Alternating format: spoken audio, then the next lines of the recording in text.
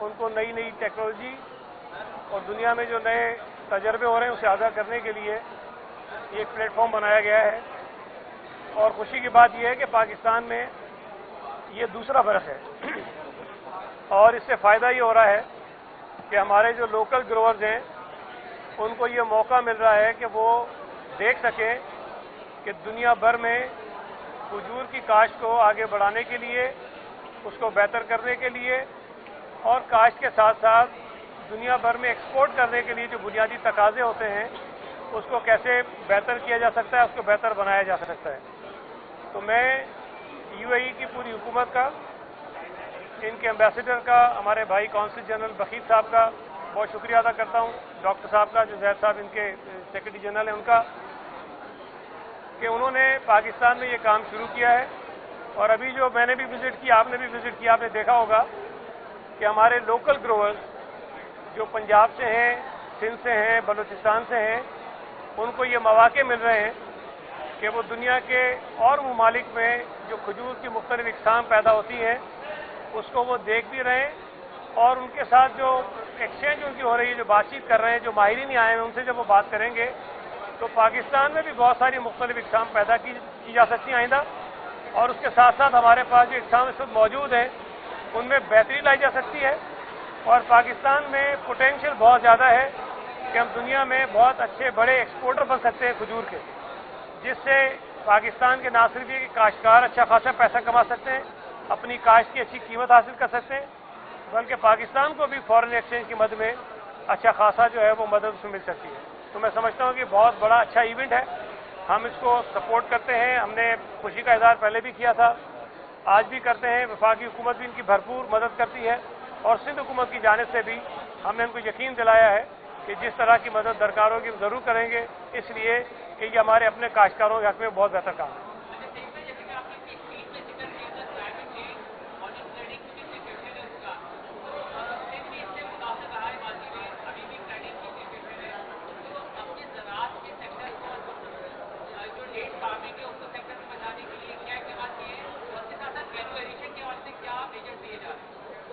देखें, ये जो क्लाइमेट चेंज का मसला है ये पूरी दुनिया को दरपेश है और पूरी दुनिया इस पर काम कर रही है, रिसर्च भी कर रही है। और यहाँ पर भी बहुत सारे माहिरीन और साइंटिस्ट मौजूद हैं जो तब्दील होती हुई मौसमियाती जो सूरत हाल है उसके अंदर रहते हुए हम अपनी फसलों को कैसे बचा सकते हैं, कैसे बेहतर बना सकते हैं, उस पर भी हमारे काश्तकारों को मशवरा देंगे, उनको रहनुमाई करेंगे। हुकूमतें अपने तौर पर तो काम कर रही हैं, लेकिन जो काश्तकार ज़मीन पे अपनी ज़मीन आबाद करते हैं उनको उनकी सतह पर आगाही देना बहुत ज़रूरी है। और पाकिस्तान में जो कुछ हो रहा है अपनी जगह, लेकिन यहाँ पर मुख्तलिफ ममालिक से माहिरीन आए हुए हैं और यकीनी तौर पर जब हमारे लोकल काश्तकार उनके साथ बैठेंगे तो बहुत सारी जो रिसर्च हुई है, जो बेहतरी आ रही है दुनिया में, ये जो आप क्लाइमेट चेंज की बात कर रहे हैं उससे बचते हुए कैसे हम अपनी फसलों को आगे बढ़ा सकते हैं, वो इनको काफ़ी इसमें फ़ायदा होगा। Thank you ji.